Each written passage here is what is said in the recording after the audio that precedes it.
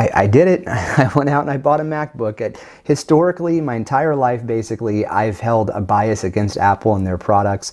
I've never gotten the idea of why would anybody want to lock themselves into an ecosystem. I still don't have an answer to that question, by the way, but necessity drove me to buy this. I have a client, they use the Office suite of Apple exclusively, so Numbers, Keynote, Pages, that whole deal, and swapping files back and forth with me using Microsoft Office or even Google Drive, it was just too much. So I decided I would run out and get just the entry-level model just to get started so I can manipulate those files and create them and all that kind of stuff without all this back and forth that we were dealing with. And what I found is I kind of like this thing, definitely more than I thought that I would, which is why I'm making the video. It's really surprised me, but also it's Windows and Windows-based laptops from manufacturers like Razer and Lenovo are much farther ahead than people realize. Now, of course, from the outside perspective, this is gorgeous. There is nothing about this that I can complain about other than the outsides being a little too sharp. They're cut very sharp, and you're not going to get cut or anything like that, but it doesn't make holding it very comfortable. So what I've been doing is I've been holding it from the back like this as I walk, and that does seem to help. But if you want to hold it on the sides, it's just too thin and too sharp for my comfort level. Now, of course, you could use a sleeve or a bag and problem solved, but a lot of people grab their laptop and move it from spot to spot. It's part of the advantage of having a portable computer. So there you go with that. Now, other than that, you know, the keyboard, the trackpad are all awesome. Display is nice and sharp, but the bezels are quite large. Now, what other manufacturers do with their 16:9 ratio displays is they have a bigger a bigger chin and a smaller forehead. Apple does the opposite. So you'll find that the chin is not quite so obnoxious of a bezel, but the top is. Now, regardless of what you think about that, the side bezels are definitely larger than on any other laptop I've tested in a couple of years. So that's a problem I'd love to see Apple address, and I'm sure they will, but hey, they've got an age-old design that people resonate very well with. And when I put this next to my friend's MacBook Air from 5-6 years ago, it looks pretty much the same. So I guess there's something good about that. But for me, somebody who likes to have choice, that's where Windows machines excel. Now for I/O, you get 2 Thunderbolt 4 ports and a headphone jack.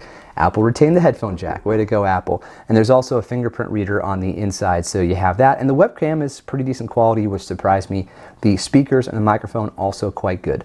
Something that I don't understand is why everyone's raving about the performance of even this particular build, the 256 8GB M1 on the MacBook Air, which is fanless, by the way, so it's all passively cooled, which can affect performance.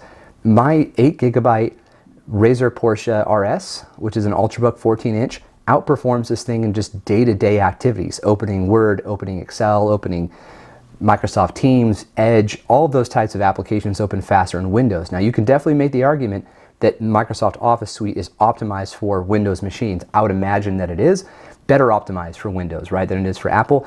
But I'm trying to give you this perspective as somebody who primarily uses Windows, and historically has used Windows, but is now in a position where, at least for a portion of my day, I'm in the Mac ecosystem. And I'm sure that there are a lot of people out there that have to deal with that or choose to deal with that. So I'm going to do a full workup on this, but the number one thing I want to call out is beautiful design, not as awkward of an OS as I remember it being, and performance it's fine, but it's not quite what people I think are raving about. I mean, there's a lot of Cinebench and different, PC Mark and all these different benchmarks floating out there that just blow away the 11th gen Intel processors. But the actual day-to-day use for somebody like me, it's a hair slower, to be frank. Now, one more thing. Battery life. Battery life is unbelievable. I've never used a laptop that's this power efficient before. And one of the coolest things about this is that even after an overnight, I go to bed, I wake up in the morning, I can lift the lid and it is instantly on, like a cell phone. The display turns on before I've even gotten a chance to see the display, right? As I lift it up. Very impressive. And the battery life, despite that standby capability, is insanely good. There was one morning where I was drinking my coffee and doing some light work, mostly browsing and, browser work, Microsoft Word type work. Outlook was open. I was doing some Outlook emails. And in 90 minutes, I lost 1%. Not a joke. So I don't know how they do it. I don't know what's going on.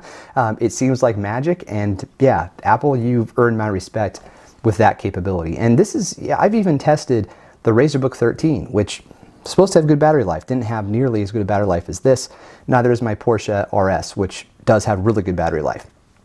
I'll get you a full review soon, I promise. Let me know what you want to see, what you want to know as somebody like me. If you're in this position, what do you want to know about what it's like to use the M1 MacBook Air or just macOS in general? And I will give you that feedback. Thanks.